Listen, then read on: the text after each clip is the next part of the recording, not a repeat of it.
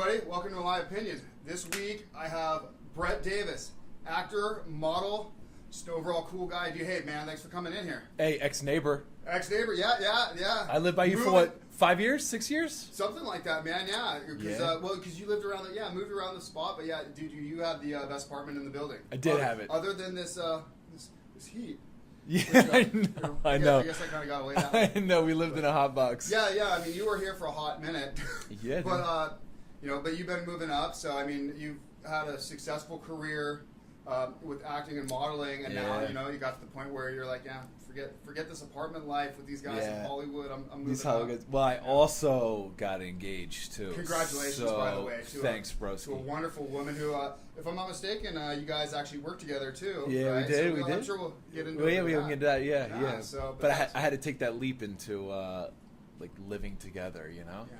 Well, I know we've known each other for a while, and I know we've had some conversations. I won't get into too much of those, but, it's an interesting thing, right? Going from the Hollywood single life of following a dream, and like, let's face it, whether like myself as a musician, you as an actor, anybody out here in the entertainment industry, unless you have a stable reset, you have a parent that's famous for something. I mean, it's a grind. It's hard. Yeah. There's a lot of competition. Right. And so you have to adopt a very specific sort of lifestyle, right? Yeah, to for get sure. And then to start adopting what I guess we'd refer to as a normal lifestyle. Yeah. Afterwards. Yeah. It's can be a bit tricky. Yeah. You know? I think you have to make it through the shit. Yeah. You know what I mean? Of like the crazy 20s, and sometimes it goes into your 30s, and some guys and girls it goes into their 40s. But like, you make it through the craziness, and like. But you got to network, so you kind of have to be a part of the craziness, right? Like for everything that we do, we have to network because you're so much better. Your network, if you have a strong network, you're so much better. Yeah, like even for you as a musician, you know. Totally. Well, yeah, and that totally falls into a charismatic thing too. You have to have a lot of charisma to be able to do this sort of thing too. Right. But I guess that's kind of a side element. But yeah, it's like, dude, it's definitely a hustle, and it's all about the network. And, Yeah, I feel like I was ready to kind of get out of that like Hollywood, like the single thing. I mean, you could do it for. I mean, we're guys, you know. You could do that shit forever. But like you meet, but we're still rolling. Right, we're still rolling. Hey, listen, everybody's different, you know. Yeah. Like I met a good girl, and I'm like, what, you kind of like weigh your options. Like I could be single in Los Angeles, and be doing my thing forever, and you can, and there's nothing wrong with that. I wouldn't mind a little guy or a little girl or two little guys, 2 little kids. Yeah. If you want a family and stuff, you got to settle down at some point. Shit, and it only gets harder the older you get, you know. Yeah, and I have some friends, that are single and doing the kid thing and all that, and it seems to be difficult on them. There's the strain of the relationships, then if you're not with that other person, and then I'm sure there's effects on kids, the kids themselves that I won't get into. Yeah. It's not my place since I don't have any, so I won't talk. Yeah. About it. But so it's really a decision to make. How has that affected both your living situation and your work situation? Right. So that seems like it's could be a little precarious. Yeah, dude. So the toughest was like getting used to living. For work, it helped me out because like it made me. I just think like I'm at a point in my life where it's like if I'm going to be with a girl, I can be with a girl. I'm not running around chasing other girls, so I'm actually more focused. Because instead of chasing girls and like going out every night to try to like look for the next good time, I got a girl. Yeah. And I think at this point in my life, like I'm not cheating and running around, so I'm actually better. Like that actually. We don't have to get into this, but I'd be willing to. I want to ask you about this because we've talked about this before. It's been a couple years, but the idea. One of the big things in Hollywood is everybody's running around looking for the BBD, not the bigger, better deal. Yeah. The other BBD. Yeah. The other BBD. So it keeps it. A lot of people keep up some of these defenses and shields, and they're not willing to let any relationship get really solid, right? Because it's, well, if I get too deep into this and then something better comes around the corner, how am I going to segue out of this into it? And it doesn't help the relationship situation. It's fucked up, trying to find relationships in Hollywood. So it's fucked up, man. Yeah. I have girlfriends because you would think that. Like with all the online stuff that the guys would be the dogs, right? Yeah. But I know a couple girls that like will go out on a date with a guy and then they'll be done, that they'll go home that night or whatever, and then they'll that night, the same night they'll be setting up their date for the next night. Yeah. So you're right, man. It's like this vicious cycle of like constantly looking. You know what I mean? Like you're constantly like, okay, this guy was cool tonight, had a great time. He's got a nice car. Seems like he's got a nice job, good looking dude. But there's got to be somebody out there that's like better looking with more money. Yeah. So there's it's like a vicious cycle, right? Totally. Dude, I even know, and again, won't mention any names, but I know personally more than one girl that they set up dates like you're saying, and they live a bit of their life doing that. They get things from each guy. They get the guys to give them stuff, and they know that dudes will do it. And like, a lot of these girls they're not sleeping with the guys yet. They're just, kind of putting it out there. Well, if you do more for me, and so it makes it really hard as a guy if you're looking for something serious, because it's like, since I know those types of women exist, right? I'm a little hesitant. Yeah. At times. Yeah. Then the recent Me Too thing, and there's a whole bunch of we're in a crazy area right now for dating, but luckily for you, you're now out of the pool. I'm out of it right now. Yeah. Do you know what's really fucked up that I was thinking? I had a talk with a buddy recently about is like you and I are relatively the same age, right? All right, just remember like grade school, right? When you first started getting into girls, but you had to talk to them, right? Like. You had to go, I remember being in first grade and having this crush on a second grader who I was just so into, and it's like, how do I? And somehow I don't even remember how I did it, but through her friend, I ended up, right. Yeah. You have to muster up the balls to go talk to this chick, to put yourself on the line, and then it gets even more serious as you get into high school and and then you go to college, and then like you go after college, and it's like we had to go talk to girls. Like you had to go to a bar and be like, yo, that chick's hot. I'm gonna go talk to her, and you had to like maneuver your way in there, and then kick game, and then keep the conversation going. Like it was an art form, right? Yeah. But like they don't have that anymore. Yeah, dude. I don't even really know how the dating. It seems like most of what I see tends to be this internet thing, because so many people are locked in. Like, well, let's take your bar example now, right? You go into that bar, the chances are that you might see one or two girls that you're in there that you're attracted to, or girls may see guys, and if they're sitting there doing their little internet thing and all that, it's really hard to go up and interrupt somebody who's, not paying attention and stuff. So it's like half the people at the bar that you may be interested in are taken out of the equation simply because they're locked into their technology.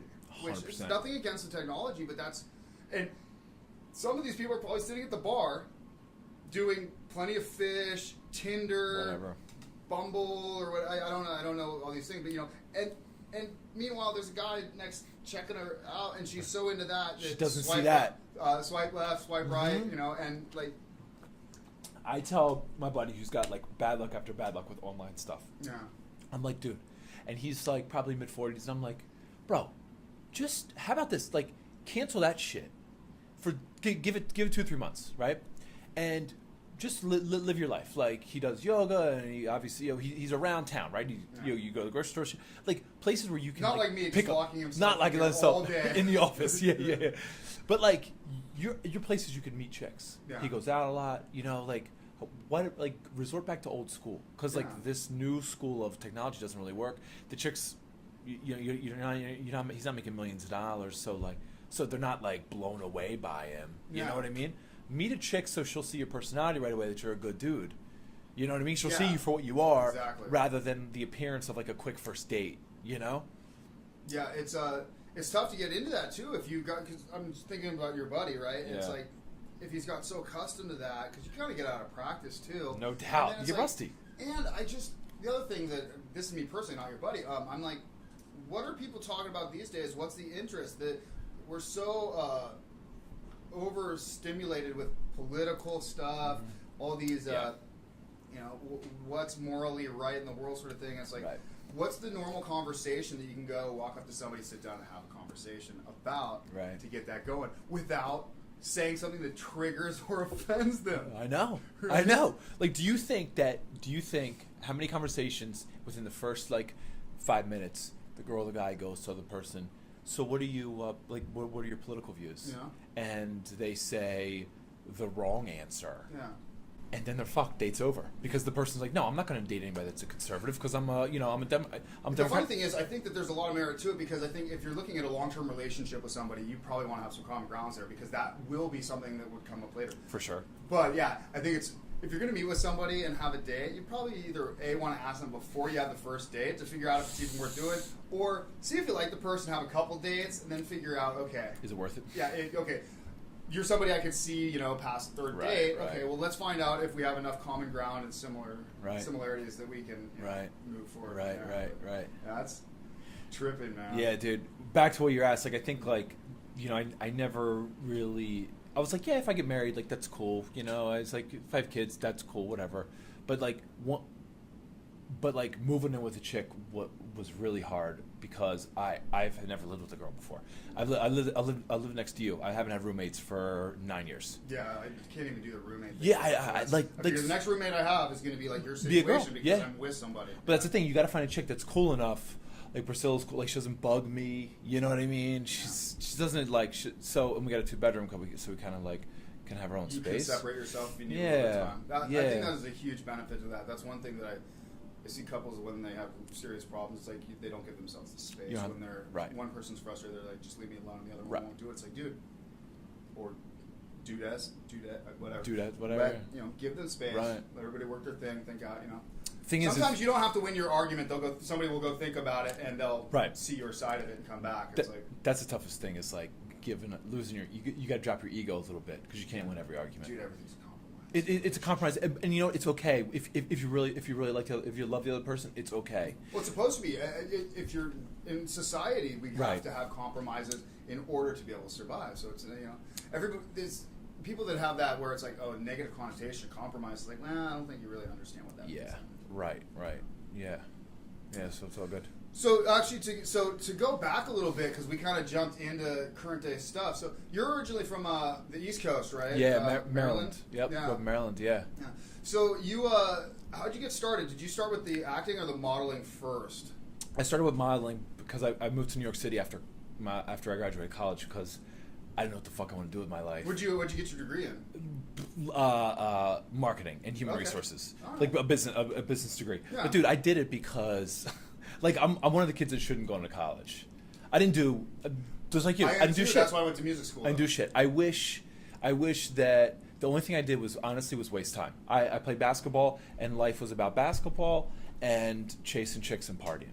Like, I wish my parents would give me like a $10,000 loan, which would have been way cheaper than my college loans. Yeah. And sent me to like New York or Washington D.C. or a smaller city. Send me to a smaller city just to learn about life. Because you can tell when a kid, I was never cut out for school. I was never cut out for it. You can tell, right? I couldn't do it till after I got out of the Army, and it took a couple years after that working in the real world before I was able to be like, okay, I'm ready to go back. So as soon as I was on school, everybody's like, "Hey, congratulations!" And they're like, "What are you gonna do now?" And I'm like, "The fuck if I know? I'm shitting my pants." I was in a comfort zone. 95% of people who graduate college, even the ones who have a pretty good idea, all of a sudden they're done. Yeah. It's like, okay, now it becomes real. What the fuck do I do? Unless you know exactly what you want to do. Yeah, I mean, because you're in like the cycle of, okay, every August I start school again, and then I go to school from August to May, right? But now that's over. I knew people that went to college specifically, they didn't really want to go, but they didn't know what else to do. They were so used to that routine. And so you say, it's like, okay, well, now I know how everything's going to be structured. The only thing that changes is the class that I'm signing up for. Right, for sure. Exactly. You want to do that? No, I'm good. I'm good right now. This will be over if I'll wait a little bit. I'll wait a little bit. Yeah. I'll let you take one of these with you, so you can do that later. I'll be cross-eyed. Yeah. That's right. We need you to maintain focus for at least a little bit. Yeah. That might be an entertaining portion too. Yeah. That'd be the B side, right? Yeah, totally. So you ended up moving to New York. What inside of that move was that? Well, so I was like, I don't want a job. I was like, I had some restaurant experience, and I grew up in the country. So I knew that I wanted to get out of the country. So I was like, so my cousin who graduated at the same time was into finance, and I was like, hey, what if we go to New York City? Like, I'm gonna check on this modeling thing, and I get a job in a restaurant, and you could do your finance because like New York City finance, and it's like 2.5 hours from where we grew up. So, dude, we had no money. We were able to save a little bit of money, but not much. Both went up there, both of us. Found a place in Jersey City, lived there for 7 months. and then we jumped over and found a place in Manhattan. And it took me forever. I was just trying to find a bartending job, but I couldn't find a bartending job. I literally had a map of New York City, right? And I would go into New York City every day from Jersey, and I would walk up and down every street, and I would mark every street so that I knew what streets I already hit, and I would walk with a bunch of headshots and resumes. Yeah. This wasn't even for modeling. This was just to get a fucking bartending job, just to make enough money to pay rent and buy groceries and shit, right? Sure. Dude, I couldn't get a job. It was mind-boggling to me. I hit every place on the Lower East Side, Lower West Side. 21, no, I was like 24, 25. I was about 25. Okay. So I didn't know shit. All I had was a lot of hustle. So I couldn't get a job in New York. I hit every place. And every place was like, you don't have any New York City experience. We need New York City experience. I got a job like as a security guard at one place for a little bit because I was big. But like that's, you make like $80 a night. You know what I mean? It wasn't enough. So I got a job in Jersey, bartending, and then soon enough was able to get money, got a job in New York, and you start meeting people, and then was modeling and got a couple TV commercials. I was in New York for about 5 years, and over that 5 years, modeling, then a couple TV commercials, then I did like a little work on a soap on All My Children, and then I was like, hey, this is. I saw that All My Children. I was like, that's yeah, and I was like, this is kind of cool being on set. There's a lot of action, or there's not a lot. It's. How'd you end up getting those gigs? Is that just running around? Or I got an agent. I got an agent, and I went to. It was my modeling agent actually, and I went to him and I was like, dude, I want to give me an audition for All My Children. Like I want to see what TV's all about, and so he got me an audition for like an under 5. It's just like a small, like under 5 lines, and I got the job. It's funny. I have a hard time imagining you on All My Children just because. You're a big, powerful presence. And when I see the behind the scenes stuff, I realize most of those people aren't very big people. Dude, they're so little. I know, right? But that was the thing my whole life is they were always like, even for modeling, they were like, oh, you're too big. It's funny because I'm a big guy compared to most people, like 98% of the world or whatever. Oh, yeah. And you're substantially taller than I am. Yeah. I got you by 3 inches, a solid 2-3 inches. Yeah, for sure. And dude, it's made, it is tough because... Well, one, I'm above average, but like actors are just short. I don't know why actors are just short. I hate to use the term typecast, but that's kind of what has to happen for you in certain elements, right? Right. Because I know, not to jump the gun ahead, but like the one Taco Bell commercial, right? Where it's the girl and her boyfriend meeting the ex-boyfriend, and it's like...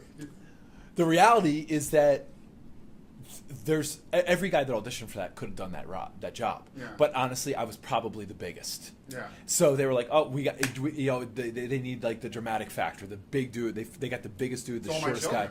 There you go, right? Wait, actually, you'll get a kick out of this. When I was in the Army, so we when we were on lunch break, we'd leave the motor pool where the tanks were, and we'd have about an hour and a half to eat lunch, and then do whatever, and then go back to work. Yeah. So we'd go eat at the chow hall. We'd go like 4 or 5 of us would go up to one room in the barracks, turn on All My Children. It's funny, dude. Close all the windows and shit, set an alarm, and within like 5 minutes, all of us would be passed the fuck sleeping.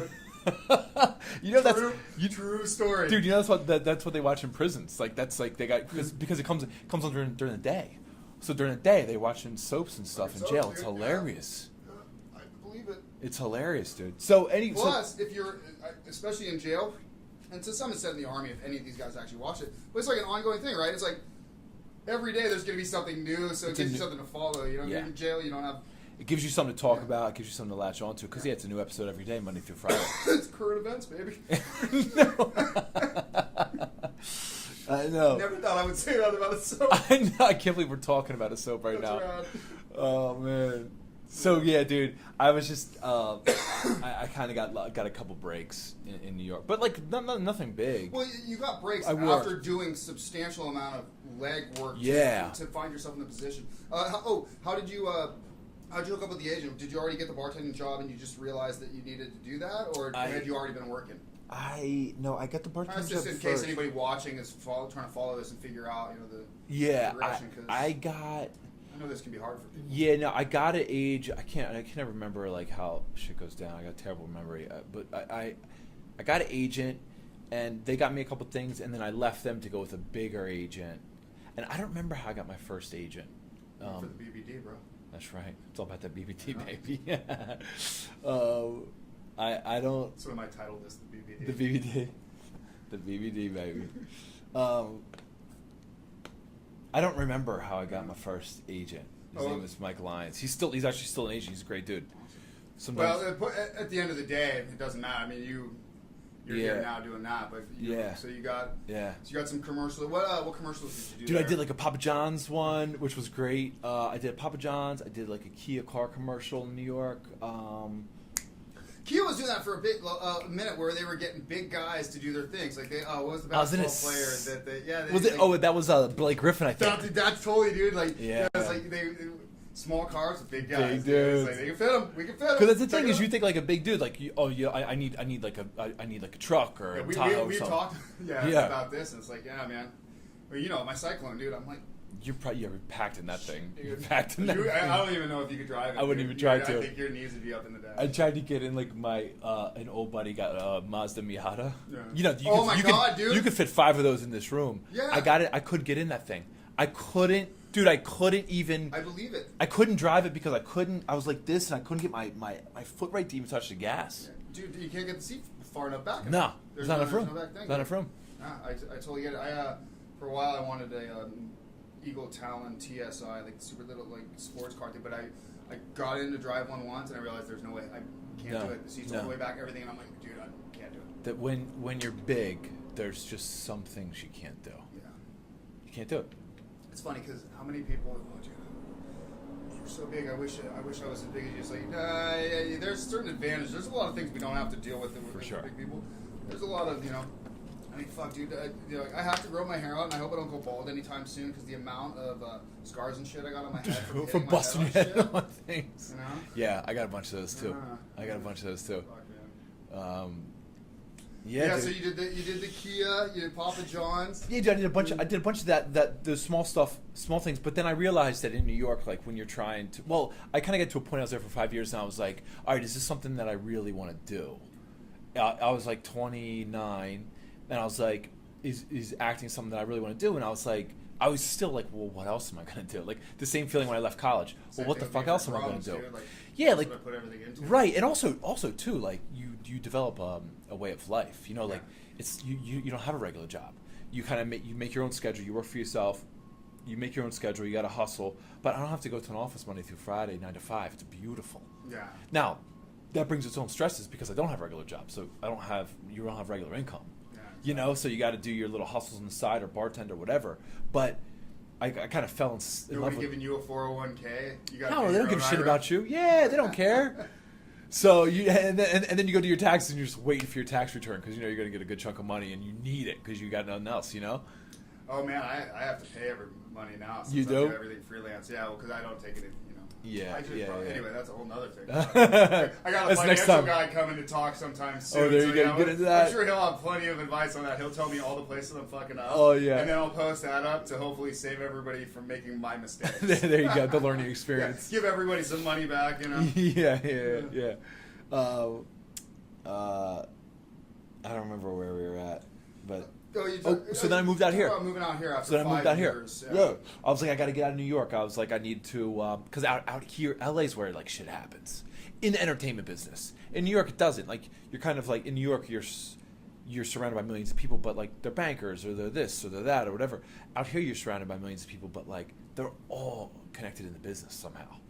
I would also imagine the fact that we don't have the winter season that shuts a lot of shit down here. Right. Keeps it going all year round here, where there's a lot of types of productions in New York. I mean, don't get me wrong, there's also a lot of stuff that can happen during the winter that we don't really have the facilities for here. But even more than that, though, is just like the connections you make. Like just going to the grocery store, just going to get like a bite to eat. Like you meet people and stuff. You know what I mean? Yeah. Is that not a big thing in New York? It's not as big of a thing, dude. Like a lot of the jobs I've gotten have been through just meeting people. It's kind of like a right place, right time. They're like, hey, I got a job I think that might be good for you on this thing I'm producing. Do you want to come in and audition?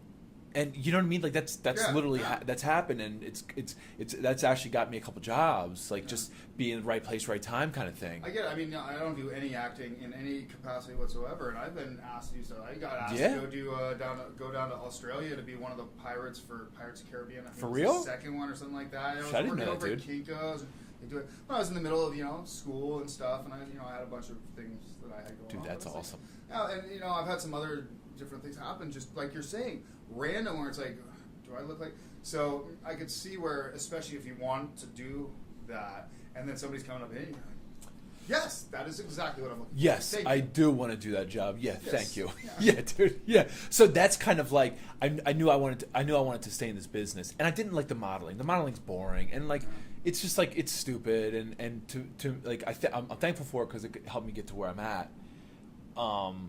But I knew that I wanted to be an actor. It's more challenging. I know it's there's like a lot of people that really like that, the whole modeling thing, because of all the things go with it. You just set up, you do this one little thing, it's done, Yeah. you go on with it. And so I shouldn't say that it's not as much work as acting, because I'm sure that some of those photo shoot days and shit are just horrendous. They are. But like you're saying, yeah, the ideas of memorizing lines, having Yeah. to be other characters. Like, I mean, there's a lot more that There's a lot more I feel like goes into it. Yeah. You know, it's one thing to change your facial expressions, body poses and stuff, but then to consistently carry that through a scene, or in cases from day to day to month, and God forbid, you know, like, well, let's use the soap opera analogy. You know, you have to maintain this character for, you know, basically the whole indeterminate year. amount of time. A whole year. They shoot a year round. Yeah, Jesus. So you got to stay in that character, which is not. It's not hard in a soap because like you don't have extreme characters. Like you know, you might have somebody that's like bipolar, and maybe it's a woman who doesn't suffer from bipolar playing that. So that's tough. You know what I mean? But it's all. But when you got to like Daniel Day-Lewis, for example, like he goes into these roles, and the dude takes a year. Monster, dude. He retired. Like first off, I never heard of anybody retiring from acting, right? Because why? It's not like a physical. I mean, it can be, but you get to a certain age, you're not playing physical roles. But Daniel Day-Lewis retired because that dude takes a year to prepare for roles. I mean, he becomes that person. That's another level, and there's not a lot of guys that can, or girls that can do that. Oh, man. He plays in this movie My Left Foot, and he's got. He's one of my favorite actors. Oh, he's great. This I think he's got what's the disease he has, but shit, I forget. But he's in a wheelchair. He can't walk. And so the whole time they shot this movie, say it was 3 months, he wouldn't walk on set. They had to move him around. They had to pick him up, carry him, push him in a wheelchair. Like he was that dude. Yeah. So I mean, that's kind of cool. That just shows you the difference between like, you know, acting is like a craft. Like you got to get into it. Modeling's like you got to stay in good shape. You got to take care of yourself, but. And you're even going so deep into it that you're talking about just within the realm of acting itself. You're talking about so many tiers of extremes, like where you get to these guys. Hell yeah! I mean, another one is Christian Bale. No doubt. Like, what the fuck is up with that? You see that new meme or something, whatever that came out recently about Christian Bale's 450,000 pounds to play the worm in the remake of Dune. I didn't know this. No, I haven't seen it. Is it funny? Fucking awesome, dude. That's great, dude. Wasn't too long ago I watched The Machinist, and just think about that dude in Batman. Yeah. And just, I mean, he's not as big as you, but you know, huge. But the way that he's ripped like that, and then The Machinist where he turns aside, it's just like, dude, there's nothing there, dude. It's like, holy fuck, dude. Like, how is it that he didn't die doing that? I know, man. You know? But that's like an extreme. He's an extremist. Yeah, dude. I had so much respect for him as an actor before that, even with his fucking shenanigans, yelling and screaming at people. Which, a lot of actors wouldn't. Well, a lot of actors couldn't do that. I mean, I don't think I could do that. The type of training that you need and the people you need, and what I'm sure has to happen, like keeping track of you physically, is probably intense. You have to have a lot of money to be able to do that. That's the thing, is you got to have. Yeah, you get. I think it costs a lot to do that in a quote healthy way. Yeah. That's the thing, is I think you're cool big, dude. Just stay there, dude. But you don't need to go no machinist route, bro. Nah, I don't know if I could be skinny if I tried. I wouldn't do it, dude. Well, that's like me trying to get big, dude. Like, no matter what I've done in my life, I've never been able to put on enough weight to get but you know, dude, you're lucky because you got good metabolism. Like, and when we're all getting older every day, right? You get to a certain age. You're going to be at a certain age. And you might be getting there now where you're like, I don't give a shit. Like, you'd rather be lean than be carrying around a bunch of muscle, because true that. You know, like if you're a bigger body type, then you could get fat when you get older. I also, because of the drums, right? Right. I also, who knows what would happen if I didn't do that? You know, it might be that my metabolism would just shut down. Right. So, Right. Yeah. I'm just happy I get to keep doing this. So, yeah. And I'm happy I'm not trying to, drop down to 155, get up to 210, do something. I mean, and what he did was crazy. Oh yeah, it is crazy. Yeah. But if you ever get into that realm where you're doing that shit, let me know, dude, because I want to check those movies out.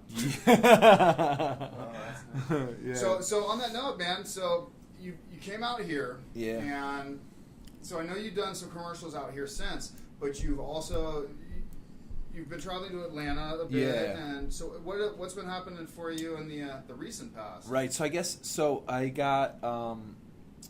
I got this role on one of Tyler Perry's shows, The Haves and the Have-Nots, which is like his first show. It's like it's like his baby, and it's like a soap. It's an hour drama, a little soapy. Comes on Tuesday nights, but just one episode a week, sort of. One episode a week, yeah. But I got this opportunity for 3 episodes. This was, I think, 5 seasons ago. For 3 episodes. It was just like a small recurring part. So I got the role, and then after 3 episodes, Tyler got in touch with me and was like, "Hey, I want to offer you a series reg role, and as an actor, like as an actor that's working, that's trying to grow, like that you can't hear any better news than that. You know what I mean? That like the boss likes what you did and wants to offer you expand your role. We need more. We need more, dude. We need more. We want to give you more work, and we want to pay you more.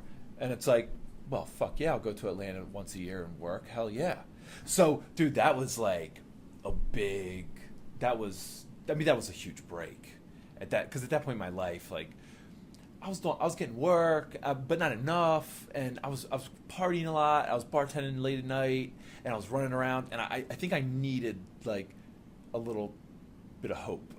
Yeah, you know what I mean? And like that job came waiting to for a something certain to kind point. of kick a change in to start moving back down the path. Yeah, because it's funny. Like this was like a month before I got that audition. I had been out of class for a while because I was like a little bit down on work, and so I was kind of like F it, And I was like, man, I got to get back into class because I feel like something's gonna. It was like an instinct I had, like something's gonna happen soon. I need to get into class sharp because it's like, to me, acting. I treat it like athletics. I grew up playing basketball, right? Like you gotta stay in shape. Training and it's a muscle, and you got to stay in shape. So I was like, I got to get back in shape. First off, there's a million acting classes, especially in Los Angeles.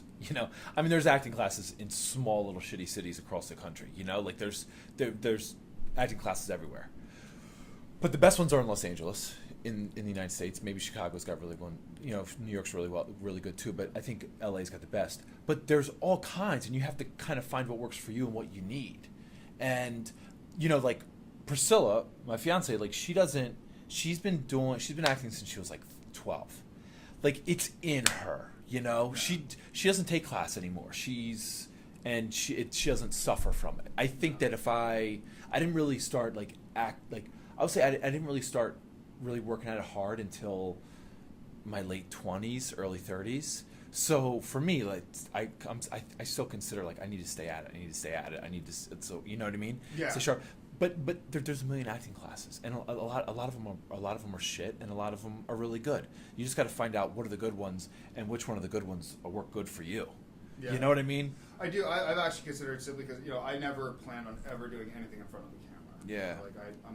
I knew if I played drums well, I'd be on camera because of and shit. But the idea of being like an internet personality or something where it's like, okay, I'm right here. Right. Never considered that, and so I've thought a couple times in the last month and a half or something about would an acting class be advantageous to me, simply to see other people and get points of view about how I'm acting, because there's idiosyncrasies that we all have that we can break if we're aware of them and we're actively not wanting to participate in those. Right.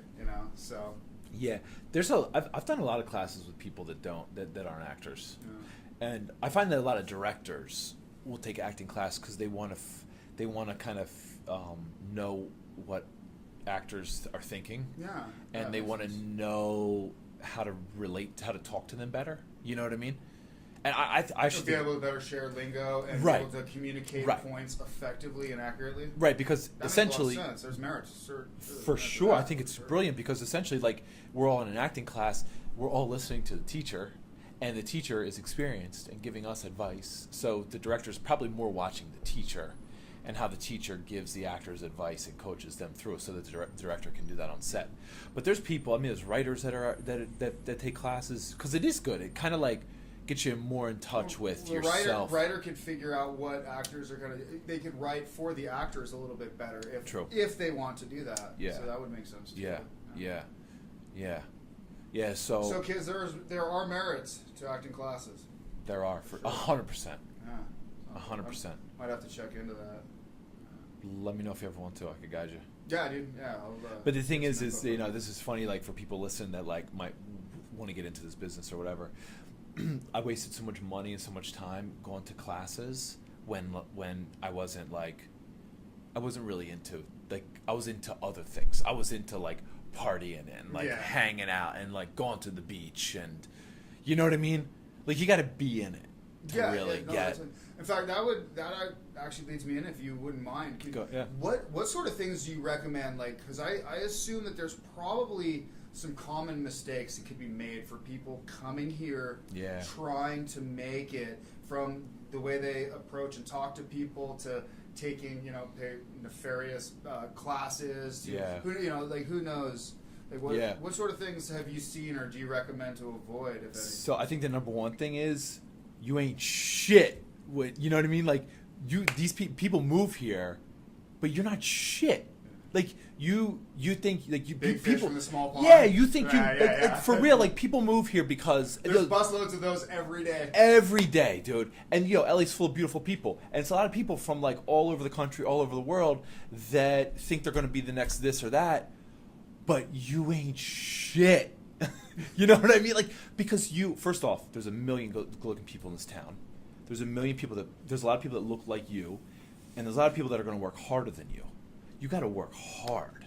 Like, I realized that when I got here, and you're not just going to be lucky. Everything you're saying is so fucking true. Yeah, dude. Like, you can get lucky for sure. Yeah. But the thing is like, I had a couple shots when I was in New York at doing some bigger soap work, and actually, I remember, I thought about this the other day when I first moved out here, because I had a good soap look because I was dark and dark hair, and I met this person. They were like, hey, there's this guy. He's a big manager of soap actors.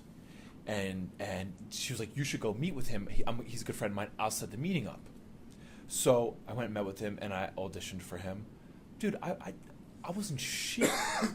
Like, I was a terrible actor. I thought I was good, but I wasn't shit. I was a good looking dude. That's it, really. Yeah. But that's these people. They come here and, like, you gotta put in the work.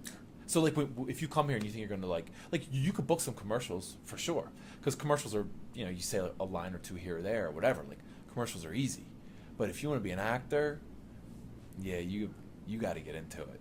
Yeah. You got to dedicate time. Yeah, that's some good advice right there, for sure. Yeah. I mean, another interesting one to add on to that point too. I've seen, and then like these people show up too that I've seen that they're here for like 2.5, 3 years. Yeah. They were smart enough to actually. Oh, that's one thing, dude. If you're gonna come here, make sure you have money saved. $10,000-$15,000 will go before you know it. For in sure. This town. For sure. People that'll do 2-3 years here, right, and then maintain that small town, big fish mentality. It's like, well, you're also now, you got to realize that you're getting older, and there's new, fresher people coming in who are actually hungry, and to tie into your point, who are willing to work harder, because this person who's been here 2.5, 3 years now is becoming more and more jaded by the day, week, month. Right. So it's, Yeah, I mean, you got to stay hungry too. Yeah, I think the same thing goes for all the business. I mean, for the music business too. Yeah. And you have to be adaptable. Like, you gotta be easy to work with. You gotta have some humility, I think, to be able to do this effectively, because you're gonna run into assholes. You're gonna run into people who want to take advantage of you. You're gonna run into great people, and you just, whatever it is, I think you got to be able to just take the situation for what it is. Let as much of it wash off you can. Take all the good. And I think that's like one thing that I really just kind of got good at. Like, it's kind of what I was saying. We were saying earlier. Like, you like, I'm 37, but like, I'm still learning so much. And it's part of me saying, like, you ain't shit. Like, because when people move here, they're in their 20s. You don't know shit. Like, you really don't. And you just learn that, like, you just learn how to let things roll off your back. Because in this business, and I'm talking about the arts business in general, even painters. I know the guy lives up the hill here. He's a painter. His name's Tommy. And he's got awesome stuff, but, like, he's not anywhere right now. But he will be if he keeps at it. But you got to you're going to have dark days, man, when you're like, what am I doing with my life? You know, what if I never work again? What if time goes by fast? You know, what if I turn 45 and I got nothing? Well, I don't know, man. Yeah. You know, get out of that headspace and start thinking positive or something. Get off of Facebook and watching what everybody else is doing, showing you the 2% of their life, if that's absolutely amazing that they happen to get the right angle of the picture. Yeah. And, just realize that, you got your thing. Yeah. Yeah. And it's tough, too, because, you can lock yourself up in a project that's worthwhile for a while and be away from the real world for a while and, feel like you're missing out. It's like, as long as you're following through with something that matters, you got to have faith that it's going to pay off.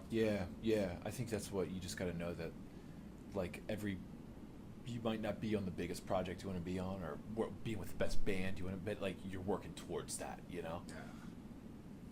So what are you doing these days? So I'm going to go back to Atlanta for another season, probably in a month or two. We just kind of got a heads up about that.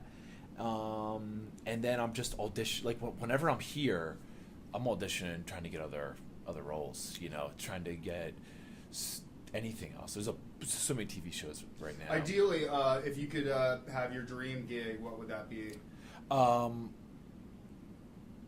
Well, I just started working with a couple friends started creating like a sitcom, and I don't want to I'm not going to talk about it much, but like I can't give any details on it right now, but like I like that.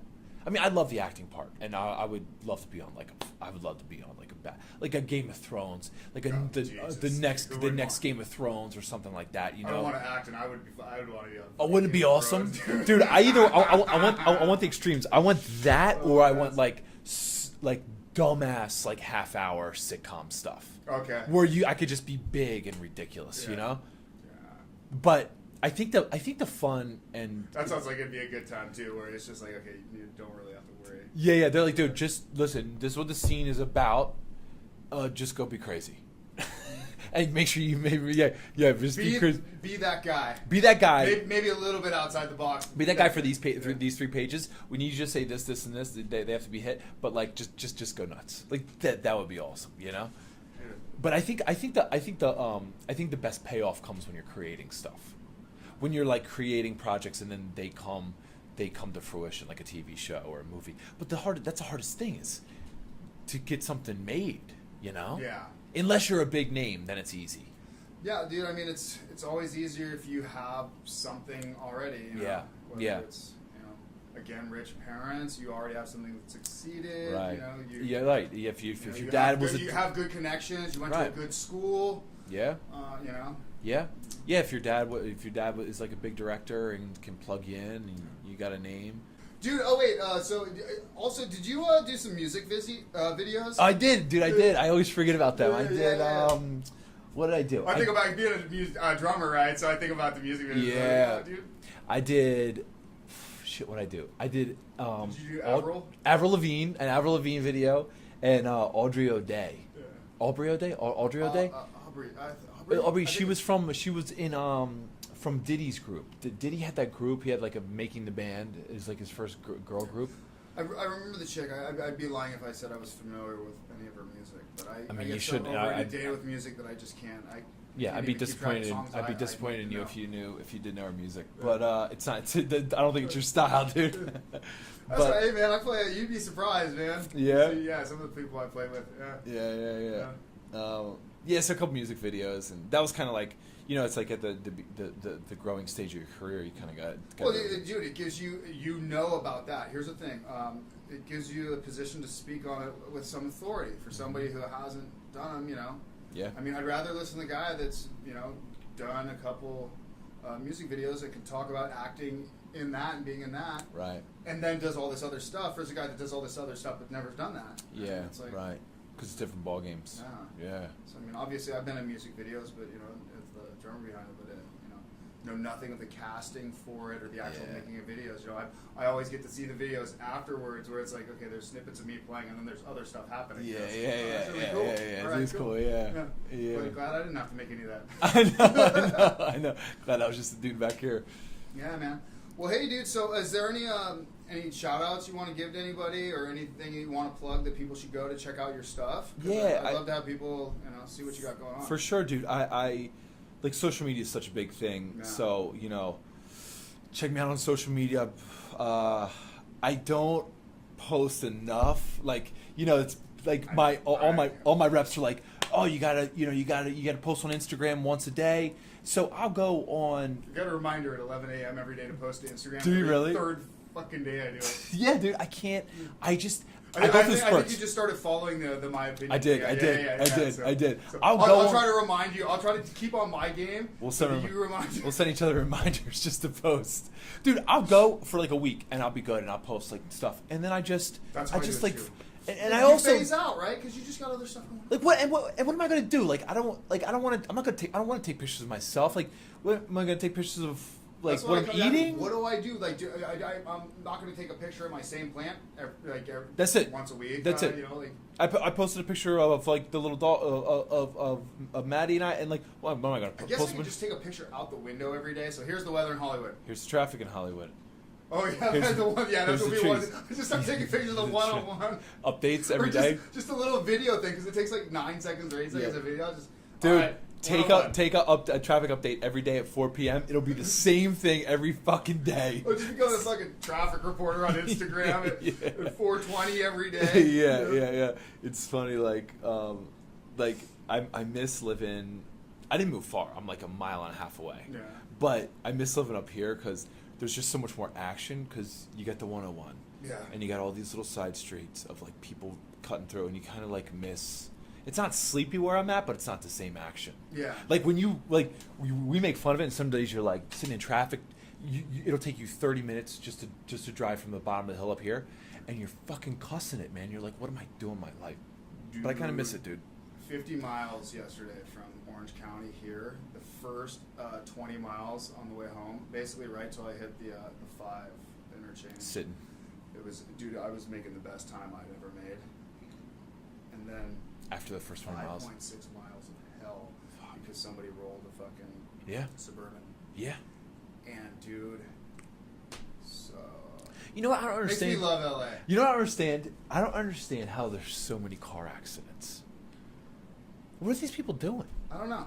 What are you doing? Every day there's car accidents. Every day somebody rolls their car. Now that could be maybe a tire below, like something you can't help, but what are you doing? Well, dude, here's the thing about most tires blowing out. Like, everything's meant and built so that it goes out. You don't just... I mean, even if you're cruising at 80, a tire blowout, unless the tire explodes, which what's going to cause a tire to explode? It's like... Yeah. Come on. It's got to be the cell phone thing, mostly.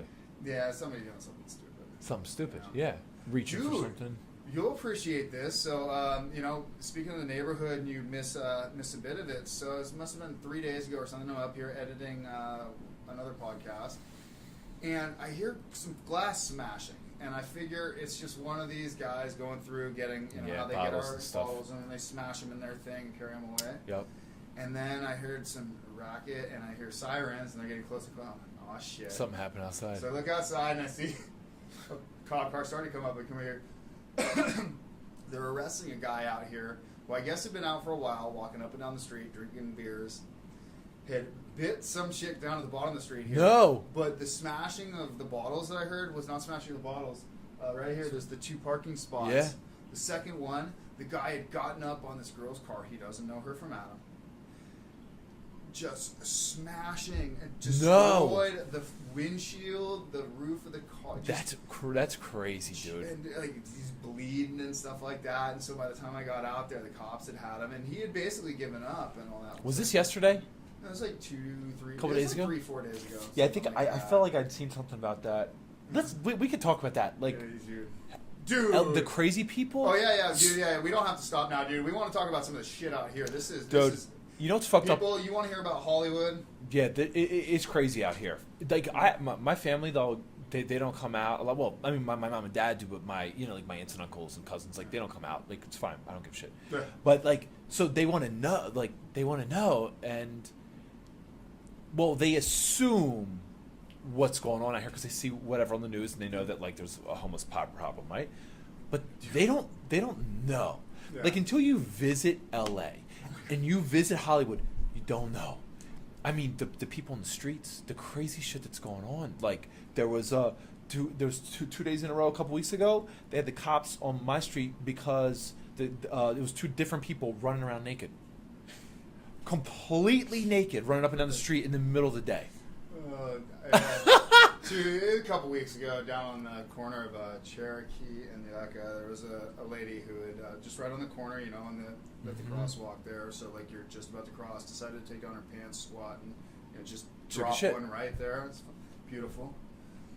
It's crazy, man. LA's a crazy place. Yeah, I mean, do you remember when I got all like 4 of my windows smashed? Yeah, I do. Yeah, when it was downstairs, right? Yeah, Craig had come up and knock on my door. He's like, "Hey, man, what happened to your car? Like, what are you talking? I parked like an hour and a half before. What are you talking about?" He's like, "Yeah, dude, what happened with your window all smashed? What the fuck are you talking about?" And they'd done it to all of his cars up there. I remember, dude. Yeah.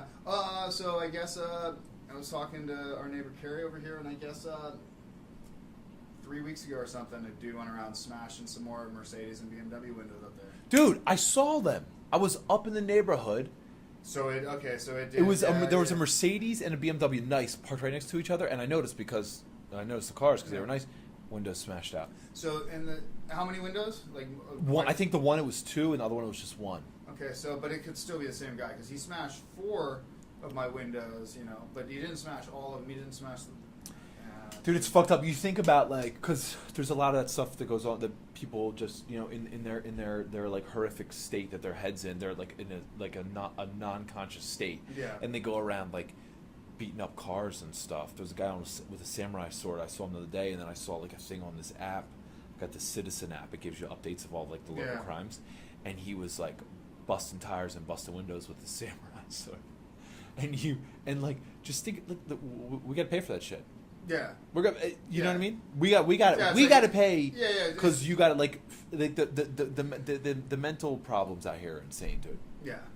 I can look out the window right here and see under the 101. There's 2 different homeless encampments I can see. There's the one that's directly at the top of Vine Street right there. Yep.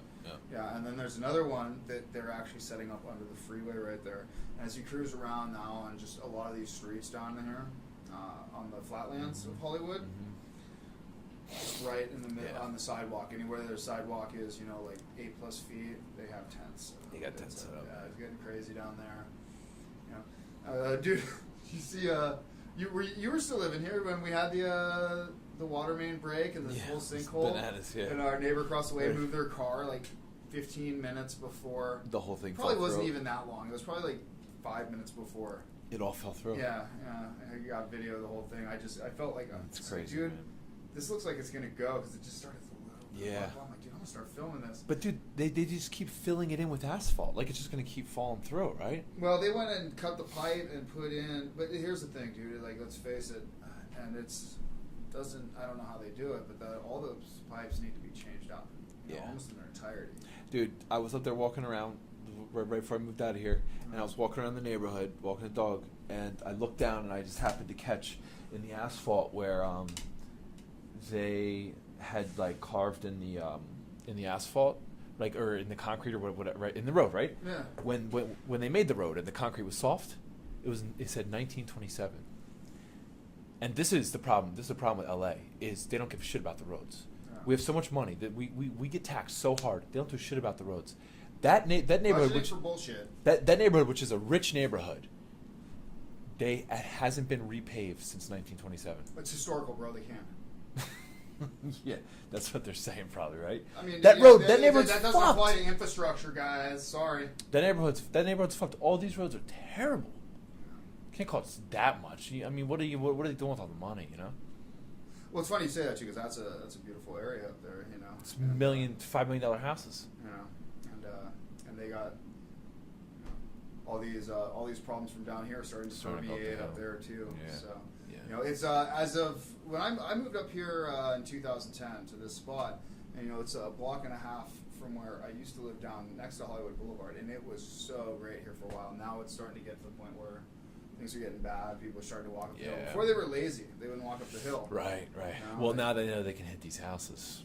Yeah. So yeah, I remember there's neighborhood groups getting formed and stuff, and it doesn't seem to really do a whole lot. Well, that's what I was thinking, and I was like, man, they need to get like a neighborhood group of like A militia. people that will fight physically. The idea of a militia, just on a very small local level, even in a neighborhood here, to have some people, you know, that, you know, will and figure out the laws for it, open carry, and to be able to go out there and, you know, essentially get people who walk the neighborhood, you know, like every other day at this time, you know. Well, California will never allow open carry. That is for sure. Fuck yeah, bro. Yeah, Well, broski. So I got nothing else. I guess so the last thing then, if somebody wants to hit you up to do some work, dude, how would they get a hold of you? Yeah, dude. So you can go to my. You can honestly probably the easiest way is my my Instagram. I mean, I check my DMs a lot just to see, just because people. It's an easy way for people to get in touch with you with work related things. So it's Brett Davis _the Gringo. I think that's my handle for my Twitter as well. Yeah. And I go on Instagram. Even though I don't post often, I check Instagram and Twitter daily. Okay. So the links are below too, so people can check those out. Yeah. Cool.